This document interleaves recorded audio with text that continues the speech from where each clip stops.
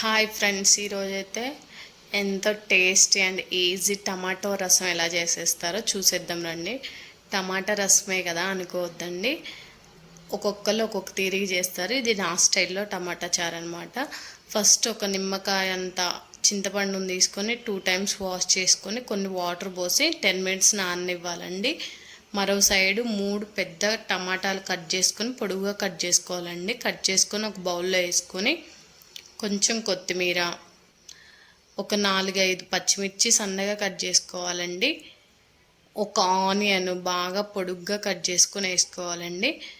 ఒక పిరికెడు ధనియాలు కూడా వేసుకొని మంచిగా కలుపుకోవాలండి. చేతులు శుభ్రంగా కడుక్కొని చేతులతో కలుపుకుంటేనే అది మంచిగా టమాటా ఫ్లేవర్ అనేది మంచిగా దిగుతుందండి టమాటా ముక్కల్లోంచి. ఒక 3 minutes కలుపుకోవాలండి ఈ మిశ్రమాన్ని. అప్పుడే ఆ టమాటా ముక్కల్లో రసం అంతా బాగా దిగుతుంది. కలుపుకున్న ఈ మిశ్రమంలో 1 tablespoon కారం, ఒక చిటికెడు పసుపు, 1 tablespoon సాల్ట్ యాడ్ చేసుకొని మనం ముందుగా రెడీ చేసి ఉంచుకున్న చింతపండు నీళ్ళను కూడా కలుపుకోవాలండి. చింతపండు నీళ్ళతో పాటు కొన్ని మనం నార్మల్ వాటర్ కూడా మన పులుపుని చూసుకొని యాడ్ చేసుకోవాలండి. పులుపు ఎక్కువగా తినే వాళ్ళైతే కొంచెం తక్కువ వాటర్ యాడ్ చేసుకోండి. పులుపు నార్మల్గా తినే వాళ్ళైతే కొంచెం వాటర్ ఎక్కువగా యాడ్ చేసుకొని స్టవ్ వెలిగించుకొని ఈ గిన్నెని స్టవ్ మీద పెట్టుకోవడమే అండి. ఈ చారు మినిమం 10 minutes సిమ్ములోనే కాగాలండి, ఫుల్ పెట్టకూడదు. సిమ్ములో అయితేనే ఆ ఫ్లేవర్స్ అన్నీ చారులోకి దిగుతాయండి. టమాటా కానీ, ఆనియన్ కానీ, కొత్తిమీర కానీ 10 minutes అలా బాగా మసిలిన తర్వాత మనకి చారు మసిలింది లేనిది ఆ టమాటా ఫ్లేవర్ చారులో దిగి రెడ్ కలర్లోకి మారుతుందండి చారు. అలా కూడా అర్థమవుతుంది.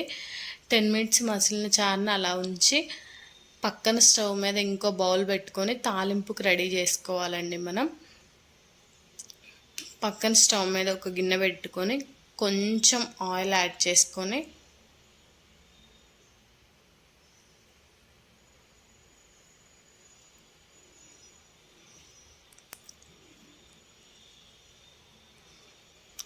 ఆ ఆయిల్లోనే 3 ఎండుమిర్చి, పచ్చిమిర్చి వేసుకోవాలంటే వేసుకోవచ్చండి, అది ఆప్షనల్. నేనైతే పచ్చిమిర్చి వేసుకోలేదు, ఎందుకంటే ఎలాగో చట్నీలు వేసాను కదా.